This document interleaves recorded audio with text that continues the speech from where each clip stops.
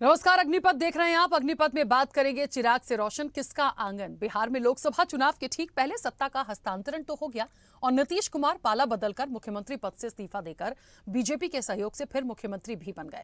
लेकिन खींचतान का दौर इतना लंबा कि 27 मंत्रियों की कुर्सी 1 महीने बाद भी खाली है।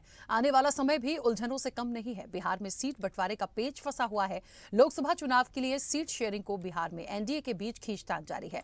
ऐसे में इंडिया गठबंधन ने सियासी शतरंज की बिसात पर एक चाल चली है और लोक जनशक्ति पार्टी रामविलास के प्रमुख चिराग पासवान को राज्य में 8 और उत्तर प्रदेश में 2 लोकसभा सीटों की पेशकश की है। बताया जा रहा है कि यह प्रस्ताव चिराग पासवान के लिए आकर्षक साबित हो सकता है।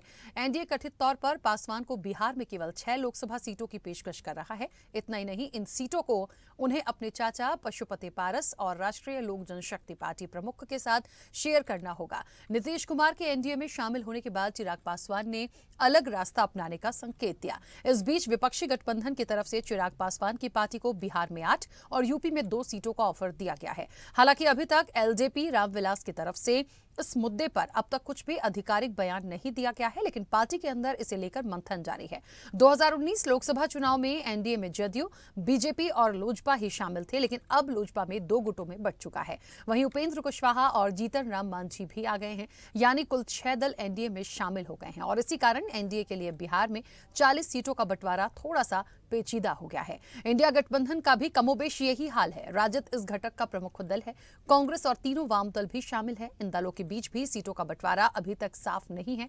सबका अपना दावा है। ये महागठबंधन चाहता है कि जीतने वाले उम्मीदवार राजद के खिलाफ खड़े किए जाएं। तेजस्वी की विश्वास यात्रा में भी भीड़ और युवाओं के जोश को देखकर वे विश्वास से लबालब है, लेकिन उम्मीदवार उतारना उतना ही इन सभी के लिए कठिन काम साबित हो रहा है। चर्चा को आगे बढ़ाएंगे, कुछ प्रतिक्रिया है, पहले सुनाते हैं।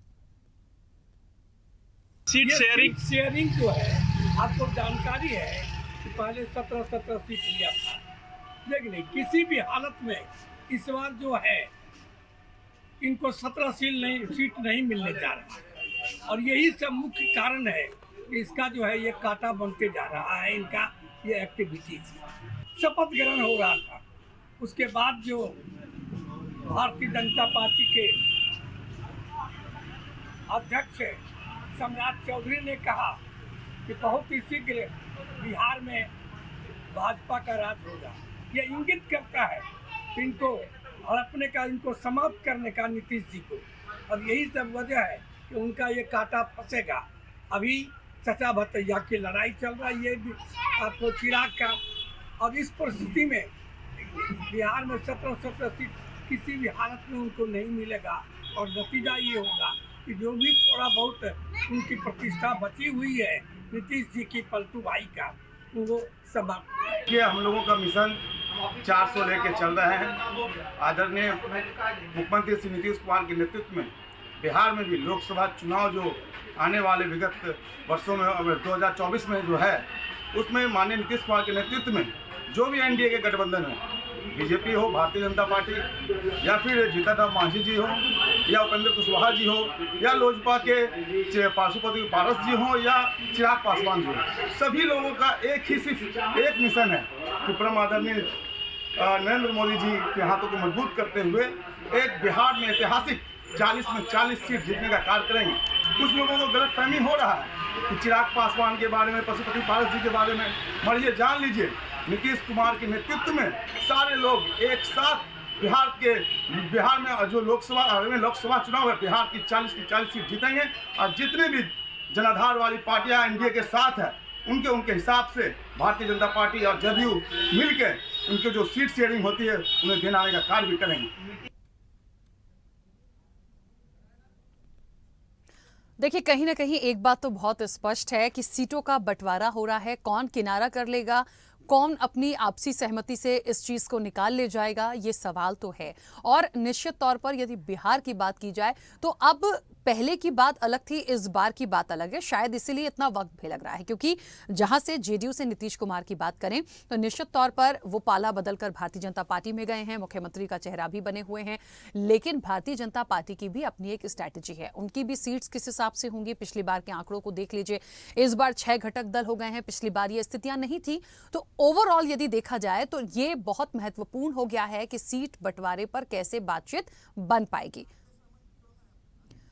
और निश्चित तौर पर यही हाल गठबंधन के लोगों का भी है, क्योंकि गठबंधन में भी राजद को यदि आप ले लीजिए बिहार से मुख्य एक दल के रूप में, तो वहां से भी आप कैसे उस सीट शेयरिंग को करेंगे, कौन सा वो चेहरा होगा, कितने कितने पे बात बन पाएगी। अच्छा, इन सब से इतर ये देखना होगा कि कहां पर किसको रख रहे हैं और वो वहां से उसको जीत के भी निकाले। तो ये बड़ी एक चुनौती जैसा तो है और इसीलिए शायद इतना वक्त भी लग रहा है। चर्चा को आगे बढ़ाएंगे, हमारे साथ मेहमान जुड़े हैं। सबसे पहले आपका परिचय करा दें। आरजेडी का पक्ष रखने के लिए राजेश रमन हमारे साथ जुड़े हैं। राजेश जी, बहुत स्वागत चर्चा में जुड़ने के लिए।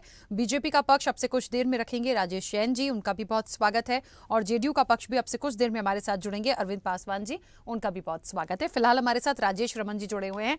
राजेश रमन जी, मुझे ऐसा लगता है आरजेडी की क्या एक स्ट्रैटेजी है, किस तरीके से मैं गठबंधन की बात को लेकर चलूं, तो यहां से भी अभी सीटों को लेकर बहुत ज्यादा ऐसी कोई सहमति दिखी नहीं है। क्या एक क्राइटेरिया ऐसा बनाया गया है जिसको लेकर बहुत जल्दी अब मुझे लगता है चीजें फाइनल हो जानी चाहिए, या और वक्त लगेगा? देखिए, सबसे पहले सबको मेरा नमस्कार, प्रणाम, आदाब।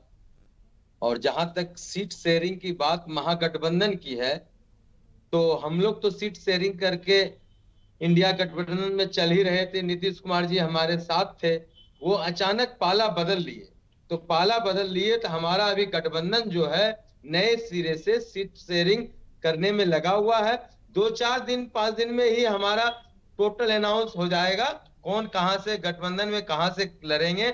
थोड़ी सी अभी देरी होने का कारण है कि चिराग पासवान जी जो है तेजस्वी जी से संपर्क में है, इस कारण थोड़ा सा चिराग पासवान जी आएंगे, उनको भी पूरा सम्मान देते हुए उनको सीट दिया जाएगा। तो ये सब के लिए थोड़ा सा रुका हुआ है, क्योंकि मांझी जी जो जिस तरह से भाजपा दलित को परेशान कर रही है, और हमारे दलित नेता मांझी जी, चिराग जी सर्वमान नेता हैं। चिराग जी के साथ ही उनका पूरा चिराग जी का वोटर है। तो इस सब को देखते हुए हम लोग अभी रुके हुए हैं और मांझी जी के लिए दरवाजा खुला हुआ है। मांझी जी का जो अपमान किया जा रहा है एनडीए के तरफ से, उनको भी हम लोग मनाने में हैं। आइए हमारे महागठबंधन में शामिल होइए, आपको उचित सम्मान मिलेगा। इसके साथ कुशवाहा जी भी संपर्क में है, कुशवाहा जी को भी वहां सम्मान अभी तत्काल नहीं मिला। ये तो बीजेपी का तो ये करना और करना ही है कि किसी तरह से लोकसभा के चुनाव में सीट को अपने हासिल करके पूर्ण बहुमत में आ जाए। उसके लिए सबको बरगला के रखे हुए हैं, चाहे चिराग जी हो, मांझी जी हो, कुशवाहा जी हो, और नीतीश कुमार जी को भी अभी सिर्फ लोकसभा चुनाव तक ही सम्मान मिल रहा है। और उसमें भी सम्मान क्या है, अभी सम्राट जी बोले कि भाजपा पूर्ण रूप से अपने से आएगी। तो ये सब जो हो रहा है, उसके बाद नीतीश जी चुप पे साथ के बैठे हुए हैं, उनका सम्मान सोच रहे हैं आप चले गए तो क्या करें। बार बार तो पाला बदल बदल के वो अपने आप को स्वयं समाप्त करने के लिए लगे हुए हैं। और जो बची कुछ कसर बची हुई है, वो सोच रहे हैं फिर से अगर आ जाए महागठबंधन में तो और बेइज्जती होगी, तो वो भी सोचने के लिए मजबूर हैं। और जहां तक रह गई हमारे तेजस्वी जी जो हैं, इनके जन विश्वास यात्रा से जिस तरह से जन सैलाब उमड़ कर पूरे बिहार में आया, और मात्र 22 या 24 तारीख को 3 तारीख के रैली का अनाउंसमेंट हुआ था। महज 10 दिनों 8 दिनों के तैयारी में 15 से 20 लाख लोगों का हुजूम जो राजधानी में देखने को मिला, उससे पूरा भाजपा एनडीए गठबंधन घबराया हुआ है। इस वजह से वो बिहार के किसी भी एक भी सीट का अनाउंस नहीं कर सके। और तो और जो कल जो बेतिया में प्रधानमंत्री जी का कार्यक्रम था, वहां कुर्सी खाली पड़ी हुई थी, पूरा कुर्सी खाली पड़ा हुआ था। और बेगूसराय में जो 2 तारीख को रैली हुई और पटना में जो 2 तारीख को रैली हुई, तो बेगूसराय से मुंगेर जिला के लिए वो 25 बस भेजे हुए थे। भाड़े के लोग 1000 2000 रुपया दे के मुंगेर जमालपुर से बेगूसराय मंगाया गया था। उसके बावजूद भी उनका भीड़ नहीं जुटा। अब लोग नहीं चाह रहे हैं कि उनको भीड़ जुटावे, उनका समर्थन नहीं कर रहे हैं, तो वो तो भाजपा में वोटर का काम है कि उनका समर्थन उनको नहीं कर रहे हैं। और एक साथ पूरे बिहार में सब तरफ से 40 में से 40 सीट जिताने के लिए जनता पूरा बेकाबू है कि हर हाल में महागठबंधन, इंडिया गठबंधन को ही इस बार जिताना है, और भाजपा जो देश को बर्बाद करना चाहती है उसको हटा देना है गद्दी से, और हस्तिनापुर पे इंडिया गठबंधन का ही प्रधानमंत्री बैठेगा। लेकिन राजेश जी, और मुझे तो बताइए, हमारा जिस तरह से यूपी में, कांग्रेस, बंगाल में, क्या झारखंड कांग्रेस में, इतनी मध्य मजबूत प्रदेश में, स्थिति में है? क्या कांग्रेस इतनी मजबूत स्थिति में है? मैं पर्टिकुलर यहाँ पर अभी बिहार की बात कर लूं तो यहाँ पर जो अभी यहाँ से जो नाम होंगे या जो सीट शेयरिंग की बात हो रही है, क्या कांग्रेस की मैं बात कर लूं उतनी मजबूती है?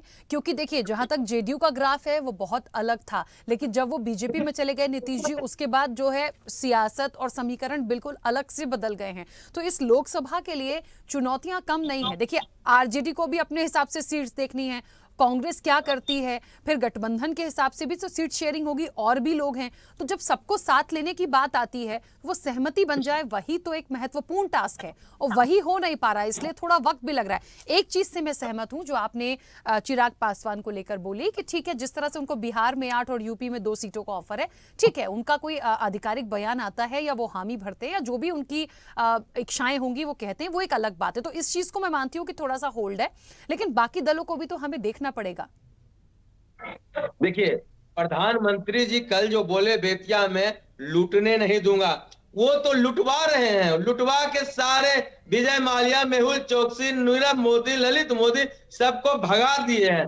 सबसे अंदर खाने में इलेक्ट्रल बॉन्ड या चुपचाप पैसा ले रहे हैं। जिस तरह से प्रधानमंत्री जी की रैली में करोड़ों करोड़ रुपया खर्च हो रहा है भीड़ जुटाने के लिए, उससे कितना भी चाह ले वो जीतने वाले नहीं है। और रही सही बात, जहां तक हमारे गठबंधन की बात है, तो गठबंधन में जो भी है और जैसे भी है, बिल्कुल एक तरह से है। तेजस्वी जी और राष्ट्रीय जनता दल ये गठबंधन को सम्मान देते हुए सीट ज्यादा देंगे, अपने कम भी लड़ना पड़े तो ये तैयार हैं। और कांग्रेस, जहां तक मजबूती की बात है, कांग्रेस मजबूत था, मजबूत है। कभी कभी एंटी इनकम्बेंसी होता है।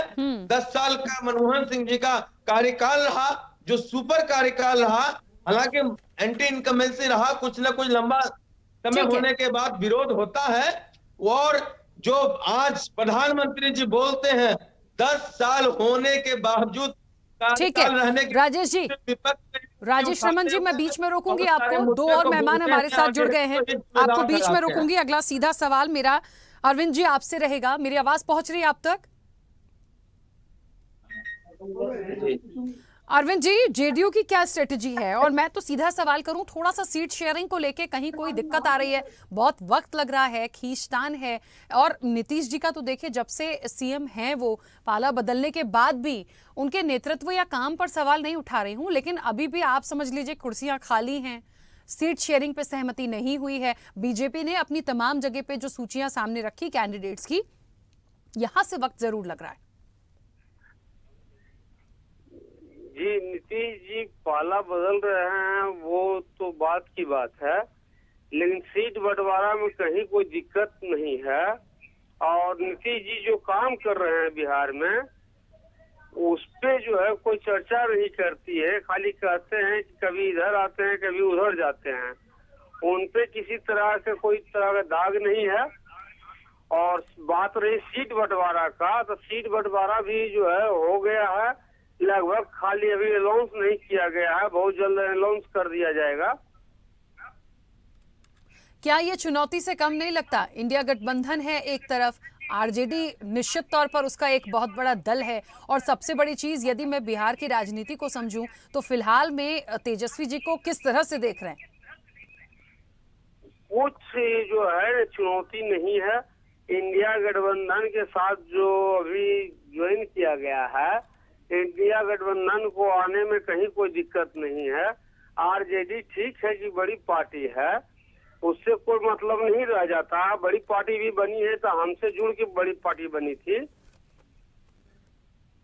चलिए अभी भी लेकिन मुझे लगता है कि ठीक है, इलेक्शन है, आरजेडी बहुत कुछ खुलकर अभी भी नीतीश जी के लिए कमेंट नहीं करती है, लेकिन मुझे लगता है ये कहीं ना कहीं एक बात बहुत स्पष्ट है कि सबको अपना अपना है, अपने अपने दांव हैं। नए चेहरों पर भी कहीं ना कहीं कोशिश की जा रही है, चाहे वो जेडीयू हो या बीजेपी हो। वो सोच रहे हैं कोई ऐसे चेहरे रखे जाएं कि बस कैसे भी करके सीट्स निकालनी है और वही यहाँ से प्लस होकर जाएगा। राजेश जी, भारतीय जनता पार्टी को अमूमन सभी जगह की लिस्ट मैंने देखी है, आई है, कैंडिडेट सामने हैं, यहाँ से वक्त क्यों लग रहा है?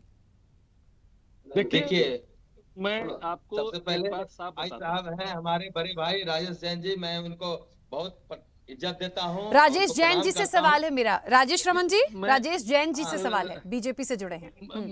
मैं रमन मेरे छोटे भाई हैं, उन्होंने ठीक कहा है और ठीक है, पार्टी के लिए वो काम कर रहे हैं, करना भी चाहिए, समर्पित व्यक्ति हैं आरजेडी के। लेकिन एक बिल्कुल सीधी बात समझ लीजिए आप, ये जो आप बताते हैं कि सीट शेयरिंग क्यों नहीं हो रहा है, तो नीतीश जी जो हैं फिर से हमारे एनडीए में शामिल हुए हैं, तो हर चीज का एक समय तो लगेगा ना।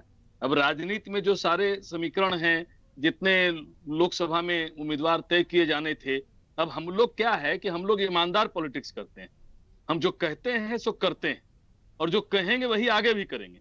हमको सीट देना है, उसके अंदर में हमको किसी से बेईमानी नहीं करनी। तो जब हम सीट देंगे तो उसके लिए समय लगेगा और हम लोग सबको साथ लेके चलने के आदी हैं और आज इस बात को नीतीश जी भी मान रहे हैं। नीतीश जी के ही नेतृत्व में भारतीय जनता पार्टी का एक समीकरण था हमारा एनडीए का, और राज्य के अंदर जो विकास हुआ वो किसी से छिपा नहीं है।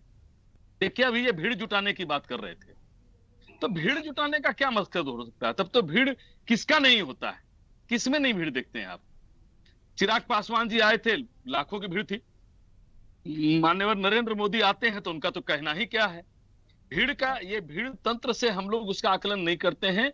राजनीतिक जमीन और सच्चाई ये है कि आज जो भारत का मूल चिंतन हमारा सनातन है, जो बैठ करके सनातन को इस लेके गाली दे रहे हैं कि किसी खास वर्ग का वोट मिल जाए, तो जनता अब इसको बिल्कुल समझ चुकी है। मूल विषय यही है। और परिवार के बाद राजेश जैन जी, परिवारवादी पार्टी अभी को जो हटाने पर संकेत लोग हैं, आमादा हो गए। अभी जो संकेत ये हैं कि चिराग पासवान जो अभी स्ट्रेटेजी जो अभी प्रथम दृष्टया समझ में आई कि थोड़े से जब से नीतीश जी इधर उधर हुए हैं तब से थोड़ा सा अपना रास्ता बदलने के मूड में वो दिखते हैं। कुछ सीट्स उनको ऑफर हुई है बिहार में और यूपी से 2, बिहार से 8। आरजेडी ने अभी एक्सेप्ट किया ही है कि उन्हीं का हम वेट एंड वॉच कर रहे हैं। कैसे ये राह आसान होगी? क्या मुझे लग रहा है कि क्या ये बात बिल्कुल सच है कि चिराग से ही किसका आंगन रोशन होने वाला है जिस लाइन पर हम चलें? देखिए सीधी सी बात है, चिराग जी बहुत ही समझदार पॉलिटिशियन माने जाते हैं। मैं जो उनके संबंध में कुछ नहीं कहना, वो निश्चित रूप से स्वर्गीय रामविलास पासवान जी के उस विरासत को आगे बढ़ा रहे हैं। वो बहुत ही शालीन पॉलिटिशियन माने जाते हैं और हम लोग उसका आकलन जो हमारे इंडिया अलायंस वाले लगाते हैं वो भ्रम में रह जाएंगे।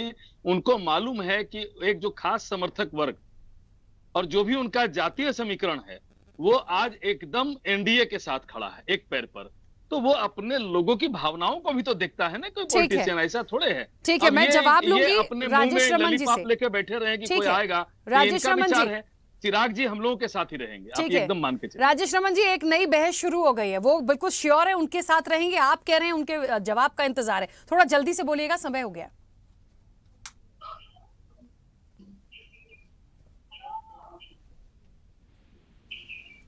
आवाज नहीं आ रही है राजेश रमन जी, आपकी आवाज नहीं आ रही है सर।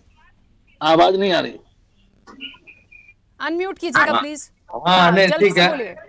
बोल रहे हैं कि देखिए कहीं न कहीं कुछ न कुछ आग लगा तभी चिराग पासवान जी के तरफ से धुआं उठा है। अगर वैसा रहता तो एनडीए आज जो बिहार में डबल इंजन की सरकार है, 27 मिनिस्ट्री पोस्ट खाली पड़ा हुआ है मैडम, परंतु आज वो भरने की स्थिति में नहीं है और 1 महीना बीत गया है, उसके बावजूद भी ये स्थिति है। जहां तक लोजपा का है 2 गुट है, कुशवाहा जी हैं, मांझी जी हैं और इसके बाद सहनी जी भी कभी कभी बोलते हैं। सहनी जी तो हालांकि महागठबंधन आ गए हैं।